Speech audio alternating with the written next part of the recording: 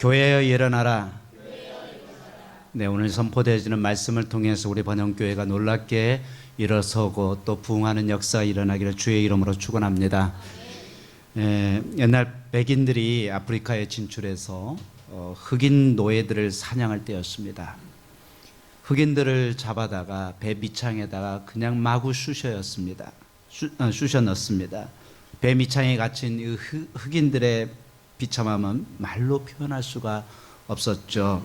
그런데 일요일이 되면은 백인들은 가판 위에 모여서 하나님을 찬양하면서 예배를 드립니다. 간간히 가판 아래에서는 굶주림과 질병에 신음하는 그 고통의 흑인들의 소리가 들려왔습니다.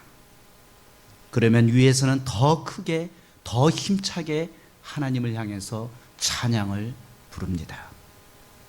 도저히 어울릴 수 없는 이런 모습이 한 배 안에서 이루어지고 있었단 말이죠.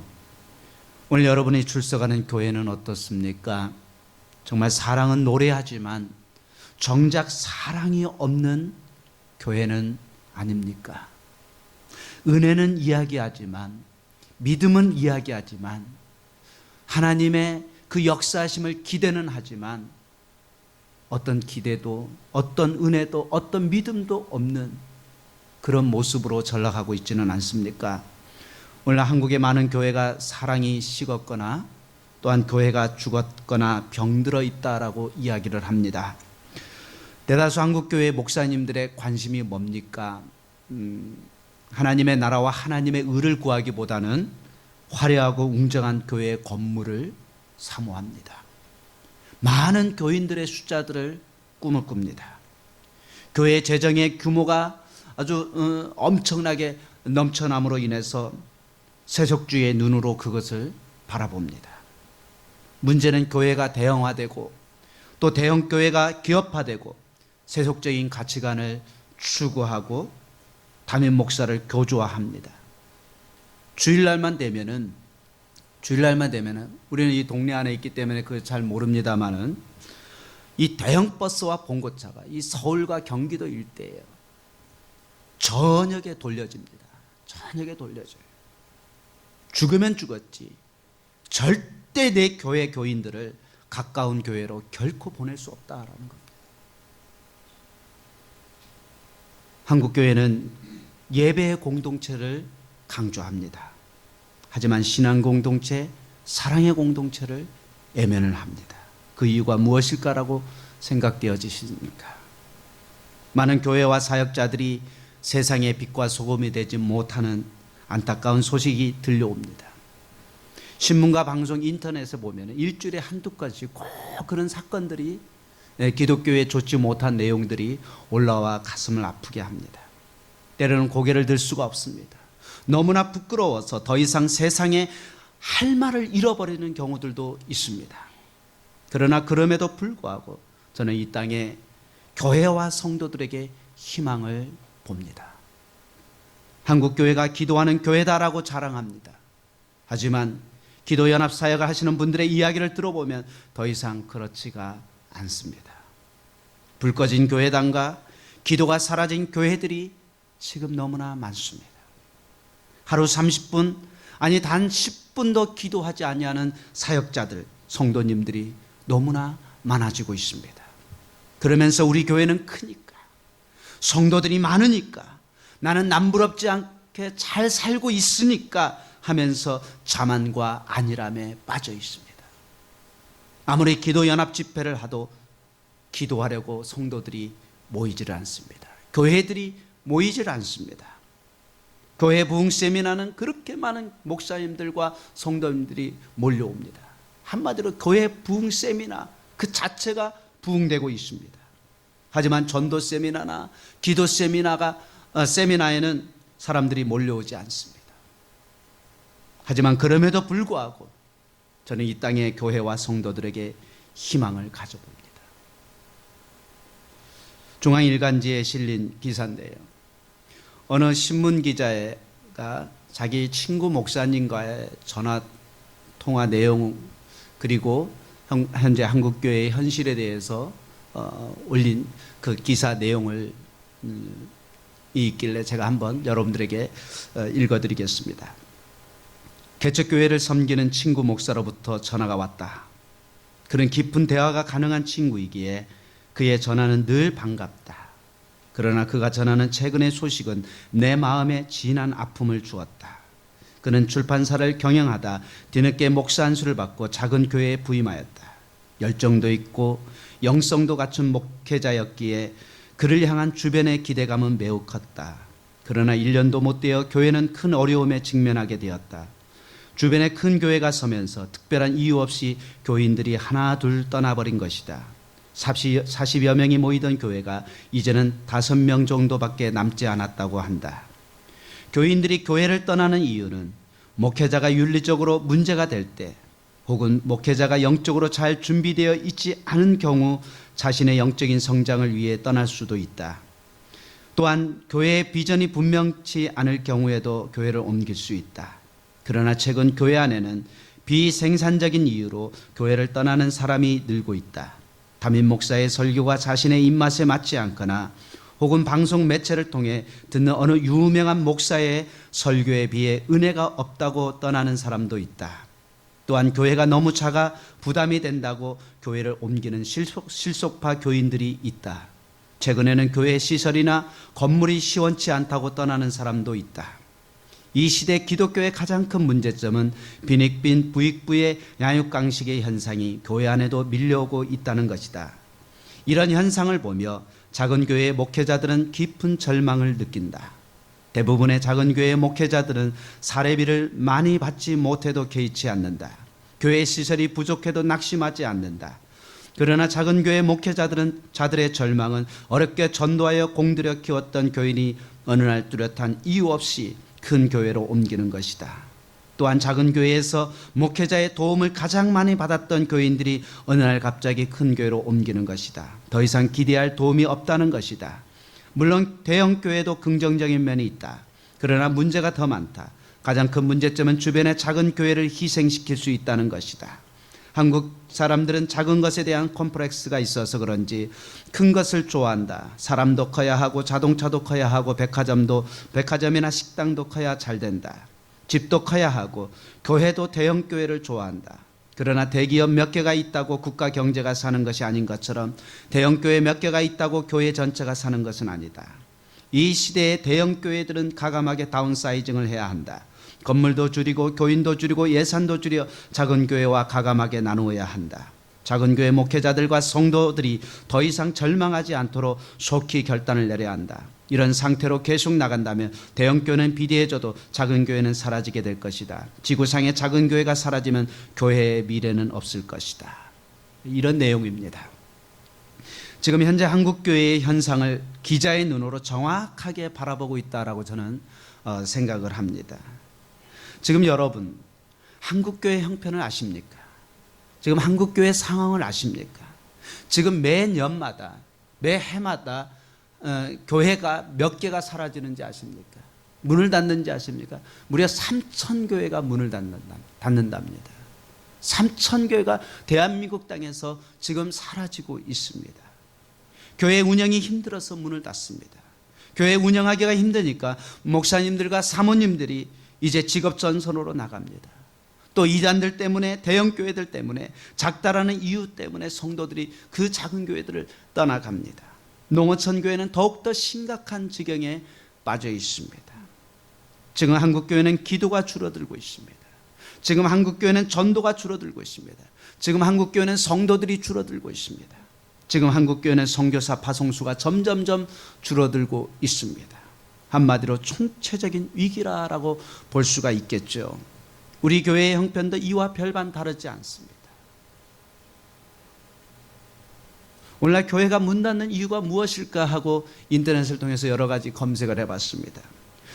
조사해봤더니 이런 이야기들이 나오더라고요. 공통적으로 첫째, 교회의 대형화, 교회의 물질 만능주의, 교회의 세속주의, 교회의 세습주의, 교회의 다원주의, 교회의 기복신앙, 교회의 십자가 설교 듣기를 싫어함, 교회의 고난에 대해 설교 듣기를 싫어함, 교회의 죽음에 대해 설교 듣기를 싫어함, 교회의 전도 방식이 성경에서 가르치는 전도하고 다름, 교회의 성경 중심 아닌 세상 이야기와 드라마, 흥미, 영상을 통한 예배를 드림, 기타 등등 사랑이 식어져 버리고 여러 가지 이유들이 열거되어 있더라고요. 하지만 여러분, 6세기 말 7세기 초에 북아프리카에서는, 그리고 중동 지역에서는 수많은 교회들이 있었습니다. 수많은 교회들이 있었어요.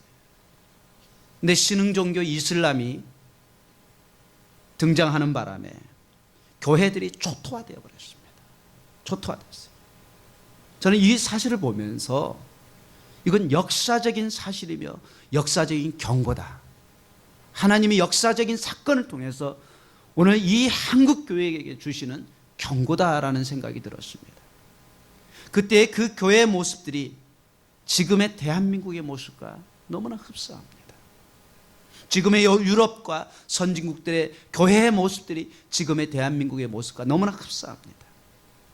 단지 이슬람이 그 교회를 무너뜨렸을까요, 여러분? 그 북아프리카 중동 지역에 있는 교회들을 다 초토화시켰을까요? 저는 그렇지 않다고 봅니다. 하나님이 이슬람을 세우시고 교회를 심판한 것이다 라고 저는 봅니다. 솔로몬은 어떠합니까? 온갖 부귀와 지혜를 가졌고 부강한 나라를 만들었습니다. 은을 돌처럼 보았다라고 했습니다. 흔하다고 했습니다. 우상의 죄로 인해서 솔로몬이 세운 하나님의 성전과 그가 세운 모든 것들이 결국 어떻게 되었습니까? 돌 위에 돌 하나 남지 않는 그러한 주변국들에 의해서 다 빼앗기고 거들나 버렸습니다. 그 어마어마한 화려했던 솔로몬의 성전이 다 거들나 버렸습니다. 그 죄가 얼마나 컸던지, 오늘날에도 솔로몬이 존재했는지조차도 알 수 없도록 역사적인 유물 하나 나오지 않습니다. 역사적인 유물 하나 나오지 않아요. 지금 우리는, 아니 우리 교회는 심각하게 중병이 들어 있습니다. 곳곳에서 교회들이 무너지는 소리가 들려옵니다. 참으로 마음 아픈 모습 그 자체에 가슴이 찢어집니다. 그러나 사랑하는 성도, 오늘 저는 이 시간 여러분들에게 말씀을 전합니다. 교회가 교회답지 못하고 세상이 아무리 욕한다고 비난한다 할지라도 우리들만은 교회를 욕해서는 안 됩니다. 이 교회가 다시 하나님의 은혜로 회복되고 복음의 능력이 다시 살아날 수 있도록 주님의 마음을 가지고 우리는 함께 기도해야 된단 말입니다. 우리가 함께 이 땅의 교회를 욕한다면 우리는 사단의 앞잡이가 되고 말 것입니다. 나의 뿌리는 대한민국입니다. 나의 조국은 대한민국입니다. 저는 누가 대한민국을 욕하고 비방하고 뭐라 하더라도 저는 내 조국 대한민국을 자랑스럽게 여깁니다. 그리고 나의 신앙의 뿌리도 대한민국의 교회입니다. 대한민국의 교회입니다. 아무리 내 부모가 못나고 못 배우고 못생겼고 힘이 없고 나약하다 할지라도 그분들은 여전히 내 부모인 것처럼 내가 근본 없이 이 땅에 홀로 나올 수가 없습니다. 내 부모가 힘이 없다고 못났다고 욕해서는 안 됩니다. 오히려 나에게 세상에 나올 수 있도록 해주신 사랑에 감사하고 나에게 아낌없는 사랑과 은혜를 베풀어 주신 그분들께 우리는 마땅히 효도해야 되듯이, 만약 이런 것이 싫다고 욕하고 비난하는 자식은 아주 불효막심한 자식일 것입니다. 근본도 모르는 인간이겠죠. 그러기에 우리는 이 교회를 누구보다 사랑해야 합니다. 때로 나의 모태인 대한민국의 이 조국 교회가 조금 못나고 부족하더라도 이 교회를 누구보다 더 안타깝게 생각하고 사랑해야 될 사람들이 누구입니까? 저와 여러분들입니다. 우리가 함께 비난하고 욕하기는 쉽습니다. 그러나 이런 아픔을 가슴에 품고 눈물을 흘리며 교회 회복을 위해서 기도하기란 결코 쉬운 일이 아닙니다. 사랑하는 성도 여러분, 교회라는 것이 무엇입니까? 신약 성경에서 교회라고 할 때 흔히 에클레시아라는 단어를 썼습니다. 에클레시아라는 단어. 그건 건물을 가리키지 않습니다. 지역적인 모임, 회중의 모임을 이야기합니다. 오늘 이 자리에 저와 여러분들이 모였습니다. 그러기에 이곳을 교회라고 이렇게 이야기를 하고 있습니다. 고린도전서 1장 2절에 보니까 고린도에 있는 하나님의 교회 곧 그리스도 예수 안에서 거룩하여지고 성도라 부르심을 입은 자들과 또 각처에서 우리의 주 곧 저희와 우리의 주 되신 예수 그리스도의 이름을 부르는 모든 자에게라 라는 말씀이 나옵니다. 이 말씀에 의하면 교회란 그리스도 안에서 거룩하여진 성도라 부르심을 입은 자와 예수 그리스도의 이름을 부르는 모든 자들이다라고 이렇게 정의를 내릴 수 있습니다. 그래서 오늘 말씀에서도 주님은 베드로의 고백이에 주님의 교회를 세우시겠다라고 말씀합니다. 교회는 바로 주가 그리스도다, 주가 나의 하나님이시다, 주가 나의 구원자이시다라는 이러한 신앙 고백 위에 세워지는 것입니다. 이러한 고백들에 의해서 교회가 세워지는 거예요. 이 고백이 참될 때, 이 고백이 진실되어질 때 음부의 권세가 무너지고 깨트려지는 것입니다. 지금 사단이 사방에서 이 땅에 하나님의 교회를 무너뜨리려고 작정을 하고 역사를 하고 있습니다. 이것을 우리가 영적인 눈으로 바라봐야 됩니다. 단순히 사람의 잘못이 아니라, 사람의 실수, 사람의 어리석음이 아니라 그 속에 역사하는 사단의 악한 영들을 우리는 바라봐야 될 것입니다. 그럼 우리는 이 시점에서 어떻게 해야 되겠습니까? 어떻게 해야 됩니까? 무너져가는 이 땅의 교회들을 바라보면서 저와 여러분들은 어떻게 해야 될까요? 엘리야 같이 사역자들이 주저앉아 버렸습니다. 약속의 땅을 정탐하고 돌아와서 그 땅을 정복하기가 힘이 드니까 약속의 땅에 들어가지 않겠다고 주저앉아 버린 이스라엘 백성들처럼 주님의 나라에 소망을 두지 않고 이 땅에서 부귀영화만을 누리겠다고 주저앉아 버린 성도들이 있습니다. 누구 하나 나에게 다가와 무리동할 때 넣어줄 사람이 없다며 소망 없이 38년 동안 그렇게 지냈던 중풍병자처럼 절망과 실망, 그 나락의 자리에서 일어나지 못하는 이들도 있습니다. 그래서 마치 교회는 실패자들의 집합소고 무너진 자들의 저장 창고가 되어버린 것처럼 보여집니다. 이럴 때 우리는 어떻게 해야 될까요? 이럴 때 우리는 어떻게 해야 될까요? 실패했다고 주저앉아 버려야 될까요? 사랑하는 성도 여러분, 시작했으면 결승점에 도달하기까지 절대 포기하지 마십시다. 당신의 약점 때문에 주저앉지 마십시오. 야곱은 약점 투성이었던 사람이었습니다.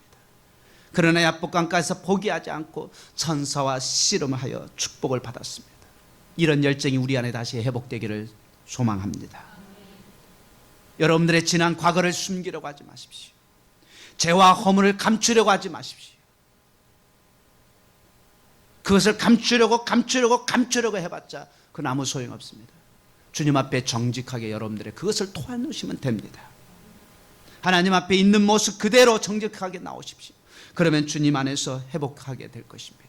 죄사함을 받고 성령을 받고 새로운 피조물로 새 사람으로 거듭날 줄로 믿습니다. 힘들다고 주저앉지 마십시오. 2차 세계대전 중에 있었던 일인데요, 험난한 전쟁 중에 해럴드 러셀이라는 공수부대원이 포탄에 맞아서 부상을 당해서 두 팔을 잃고 말았습니다. 스스로 자신을 쓸모없는 자라고 여기며 좌절했습니다. 하지만 의술을 이용해서 자신의 이야기를 글로 쓰기 시작했습니다. 그에게는 우리 생애 최고의 해라는 작품으로 영화화되었고 아카데미상까지 수상하게 되었습니다. 어떤 기자가 그를 찾아와서 묻습니다. 신체적인 조건 때문에 절망하지 않았습니까? 그래서 러셀은 이렇게 말합니다. 그렇지 않습니다. 나의 신체 장애가 오히려 오늘날의 영광을 만들어 주었으니 내게는 큰 축복이었습니다. 잃어버린 것을 한탄하지 않고 나에게 남아있는 것에 대해 감사하는 마음을 갖는다면 이런 것에 10배는 보상받을 수 있습니다. 두 팔은 잃어버렸지만 오히려 팔 10개를 가진 것보다도 이 사람은 더 큰 보상을 받았다라고 고백을 합니다. 여러분, 한계 상황이 있을 때 가장 무서운 적이 무엇인지 아십니까? 우리가 위기 상황에 놓였을 때 가장 무서운 적이 무엇인지 아십니까? 그것은 자기 합리화입니다. 합리화입니다. 이런 말이 있습니다. 생각하는 대로 살지 않으면 사는 대로 생각하게 된다. 내가 생각하는 대로 살지 않으면 그저 사는 대로 생각하게 되어진다라는 것입니다. 합리화라는 것이 뭡니까? 현재 자신에게 벌어지고 있는 모든 일이 어쩔 수 없이 이렇게 될 수밖에 없다고 현실에 깨어 맞추는 것입니다. 내가 사는 대로 그렇게 깨어 맞추는 것이 합리화입니다. 왜냐? 그게 편하기 때문에 그렇습니다. 편하기 때문에. 이런 자기 합리화를 우리는 벗어버려야 됩니다. 이것을 과감하게 벗어 던져버리고 그 한계 상황에서 우리가 주저앉지 않고 다시 일어서야 되는 것입니다. 우리 교회도 이런 상황에서 얼마든지 합리화를 시킬 수가 있습니다. 여러분들도 가정 상황, 여러분들의 개인적인 상황 얼마든지 합리화시킬 수가 있습니다. 그러나 무너져가는 교회를 바라보면서 우리는 어떻게 해야 되겠습니까? 함께 눈물을 흘리자라는 것입니다. 이런 시가 있더라고요. 인생은 흘린 눈물의 깊이만큼 아름답다. 이런 글이 있길래 한번 읽어드립니다. 나는 눈물이 없는 사람을 좋아하지 않는다. 눈물이 없는 사람은 가슴이 없다. 바다까지 추락해 본 사람은 눈물을 사랑한다. 바닥엔 가시가 깔렸어도 양탄자가 깔린 방처럼 아늑할 때가 있다. 이제는 더는 내려갈 수 없는 나락에 떨어지면 차라리 다시 일어서서 오를 수가 있어 좋다. 실패한 사랑 때문에, 실패한 사업 때문에, 실패한 시험 때문에 인생의 밑바닥에 내려갔다고 그곳에 주저앉지 말라. 희망조차 보이지 않는다고 실망하지 마라. 무슨 일이든 맨 처음으로 돌아가 다시 시작하면 되는 것이다. 사람은 자기가 흘린 눈물만큼 인생의 깊이를 안다. 눈물보다 아름다운 것은 다시 시작하는 용기와 희망이다. 이제 우리가 함께 주님 앞에 눈물을 흘려야 될 때가 이때라 저는 봅니다. 사랑하는 성도 여러분, 주님이 이 교회를 어떻게 세우셨는가를 보십시오. 당신의 피를 쏟으시고 살을 찢으셨습니다. 땀과 눈물로 이 교회를 세우셨습니다. 그런 교회를 주님이 포기할 수 있겠습니까? 그런 교회를. 지금 여러분들이 실패했어도 하나님이 실패한 것이 아닙니다. 지금 불가능한 것이 있어도 하나님이 불가능한 것이 아닙니다. 지금 교회가 무너지고 가정이 무너지고 우리의 신앙과 삶이 무너져 있어도 주님이 무너진 것이 아닙니다. 지금 하나님은 여러분들을 결코 포기하지 않는 비전을 가지고 계십니다. 당신의 피와 눈물과 사랑으로 세우신 교회인데 어찌 포기할 수가 있겠습니까? 여러분은 여러분들의 자식을 포기하겠습니까? 그들을 버릴 수 있겠습니까? 말 안 듣고 밉다고 그들을 내팽개칠 수가 있겠습니까? 절대로 그럴 수 없을 것입니다. 차라리 내가 죽으면 죽었지 내 자식 절대 포기할 수 없다라고 외칠 것입니다. 이처럼 주님은 무너지고 있는 교회들을 향해서 결코 포기하지 않는 그 비전을 가지고 계십니다. 지금 누가 당신에게 희망을 말할 수 있습니까? 지금 여러분들에게 누가 여러분들에게 희망을 이야기할 수 있습니까? 이 땅에서는 없습니다. 이 땅에서 그 희망을 찾으려고 하지 마십시오. 오직 있다면 교회가 이 땅의 희망인 것입니다. 할렐루야. 교회가 이 땅의 희망일 뿐인 것입니다. 내 나라, 내 직장, 내 학번, 내 가정, 내 능력도 아닙니다. 오직 예수 그리스도이십니다. 예수 그리스도만이 나에게 희망을 줄 수 있는 분이십니다. 지금 누가 당신에게 일어설 수 있는 능력을 줄 수 있습니까? 오직 예수 그리스도이십니다. 그러게 우리는 포기할 수 없는 이 하나님의 사랑을 우리는 기억해야 됩니다. 이 하나님의 사랑. 소록도에서 목회하고 계신 어느 목사님 앞에 70살이 넘어 보이는 어느 한 노인이 찾아왔습니다. 목사님, 저를 이 섬에서 살게 해 주실 수 없겠습니까? 느닷없이 노인의 요청에 목사님은 당황한 표정을 지었습니다. 아니, 노인장께서는 정상인으로 보이는데 나환자들과 같이 살다니요. 목사님, 제발. 그저 해본 소리가 아닌 듯 사뭇 진지한 표정으로 이야기하는 노인을 바라보면서 목사님은 무언가 모를 감정에 사로잡히게 되었답니다. 저에게는 모두 10명의 자녀가 있었지요. 자리를 권하여 앉자 노인은 한숨을 쉬더니 입을 떼기 시작합니다.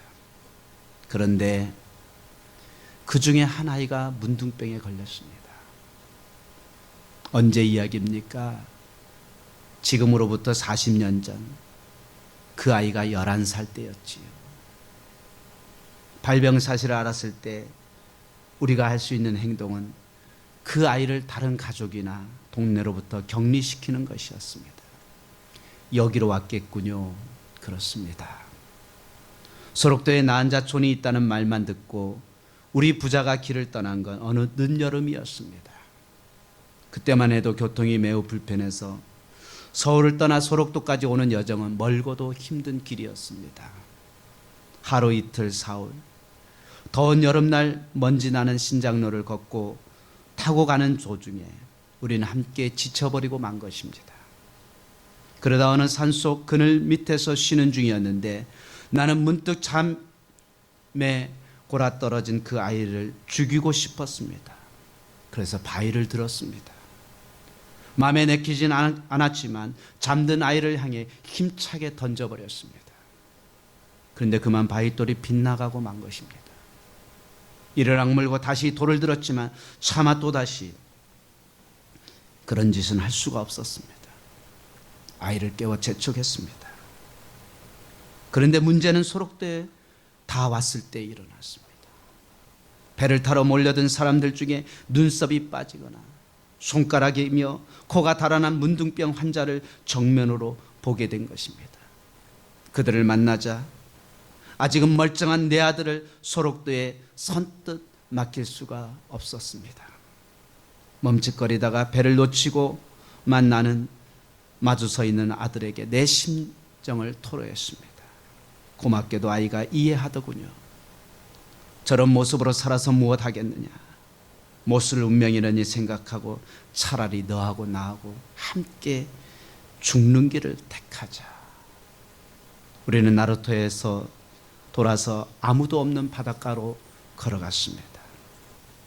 신발을 벗어두고 물속으로 들어가는데 어찌나 눈물이 나오든지 한 발 두 발 깊은 곳으로 들어가다가 거의 내 가슴 높이까지 물이 깊어졌을 때였습니다. 갑자기 아들 녀석이 소리를 지르는 것입니다. 내게는 가슴 높이였지만 아들에게는 턱 밑까지 차올라 한 걸음만 삐끗하면 물에 빠져 죽을 판인데 갑자기 돌아서더니 내 가슴을 떠밀며 악을 써대는 것이었습니다. 문둥이가 된 건 난데 왜 아버지가 죽어야 하느냐고. 형이나 누나들이 아버지만 믿고 사는 판에 아버지가 죽으면 그들은 어떻게 되냐고 하는 것이었습니다. 완강한 힘으로 자기 혼자 죽을 테니 아버지는 어서 나가라고 떠미는 아들 녀석 보는 순간 나는 그만 그 애를 와락 껴안고 말았습니다. 참 죽는 것도 쉽지 않더군요. 그 소록도로 아들을 떠나보내고 서울로 돌아와서 서로 잊은 채 정신없이 세월을 살았습니다. 9명의 아이들이 자라서 대학을 나오고 결혼하고 손자 손녀를 낳았습니다. 얼마 전에 큰아들이 시골의 땅을 다 팔아서 함께 올라와 살자고 하더군요. 그래서 그렇게 했습니다. 처음 아들네 집은 편했습니다. 주는데도 받아먹으면 되고 이불 펴주면 들어누워 자면 그만이고 가끔씩 먼저 죽은 마누라 생각이 났지만 얼마 동안은 참 편했습니다. 그런데 시간이 지날수록 아이들 눈치가 보이기 시작했습니다. 그 애들은 아무 말을 하지 않았습니다. 어느 날인가는 드디어 큰아이가 입을 엽디다. 큰아들만 아들이냐고. 그날로 말없이 짐을 꾸렸죠. 그런데 사정은 그 후로도 마찬가지였습니다. 둘째, 셋째, 넷째. 허탈한 심정으로 예전에 살던 시골집에 왔을 때 문득 40년 전에 헤어진 그 아이가 생각나는 겁니다. 11살의 문둥이가 되어 소록도라는 섬에 내다버린 아이. 내 손으로 죽이려 했으나 끝내는 문둥이 마을에 내팽개쳐지고 40년을 잊고 살아왔던 그 아이. 다른 9명의 아이들에게는 온갖 정성을 쏟아서 힘겨운 대학까지 맞춰 놓았지만 내다버리고 까마득하게 잊어버렸던 그 아이가 떠오르더란 말입니다. 다시 먼 길을 떠나 그 아이를 찾았을 때 그 아이는 이미 아이가 아니었습니다. 신이 넘은 데다 그동안 겪은 병고로 인해서 나보다 더 늙어 보이는, 그러나 눈빛만은 예전과 다름없이 투명하고 맑은 내 아들이 울면서 반기는 것이었습니다. 나는 그를 껴안으며 이렇게 말했습니다. 그는 나를 껴안으며 이렇게 말했습니다. 아버지를 한시도 잊은 날이 없습니다. 아버지를 다시 만나게 해달라고 40년이나 기도해 왔는데 이제서야 기도가 응답되었습니다. 나는 흐르는 눈물을 닦을 여유도 없이 물었죠. 어째서 이 못난 예비를 그렇게 기다렸느냐. 자식이 문둥병이 걸렸다고 무정하게 내다버린 채 한 번도 찾지 않은 이 예비를 원망하고 저주해도 모자랄 텐데 뭘 그리 기다렸느냐. 그러자 아들이 이렇게 말하는 것이었습니다. 여기 와서 예수 그리스도를 믿게 되었습니다. 그리고 그 이후로 모든 것을 용서하게 되었습니다. 예수 그리스도의 사랑이 비참한 운명까지 감사하게 만들었노라고. 그러면서 그는 다시 한번 자기의 기도가 응답된 것에 대해서 감사했습니다.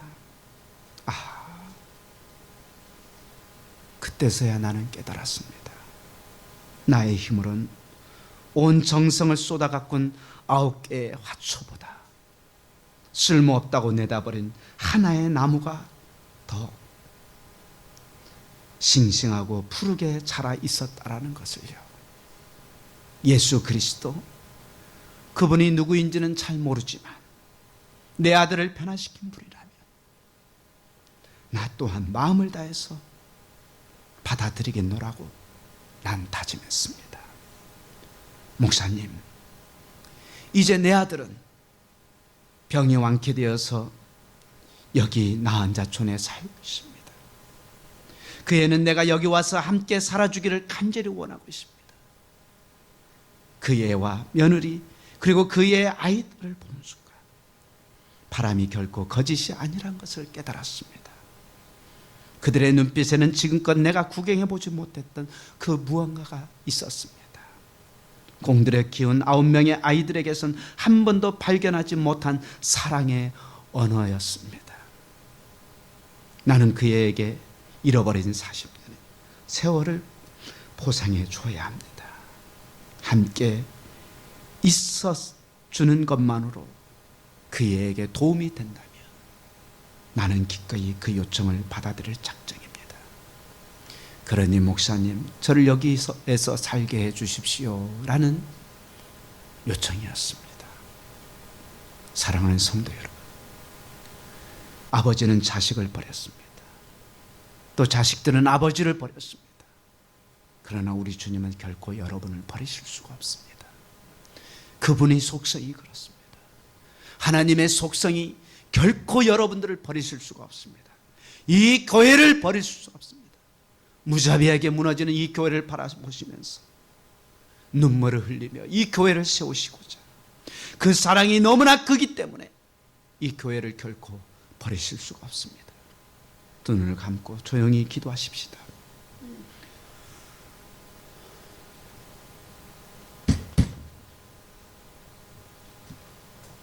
사랑하는 성도 여러분, 지금 곳곳에서 교회가 무너지는 가슴 아픈 소식들이 이곳저곳에서 들려오지만 당신의 눈물과 사랑 그리고 물과 피로 세운 교회이기에 주님은 지금도 교회를 통해서 당신의 선하신 뜻을 이루시고자 하십니다. 사람들은 교회를 버립니다. 심지어 지금의 교회의 모습을 보면서 비웃기도 합니다. 사람들은 주님이 세우신 교회를 섬기기가 힘이 들다고, 환경이 좋지 않다고, 사람이 일꾼들이 없다고, 돈이 없다고, 교회가 작다고, 시험 들었다고, 목회자가 싫어서, 성도들이 싫어서, 여러 가지 사람들의 형편과 일들로 인해서 이 교회를 포기합니다. 그러나 그럼에도 불구하고 주님은 이 교회를 사랑하십니다. 결코 포기할 수 없습니다.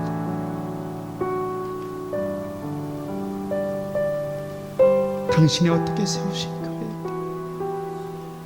포기할 수 있겠습니까?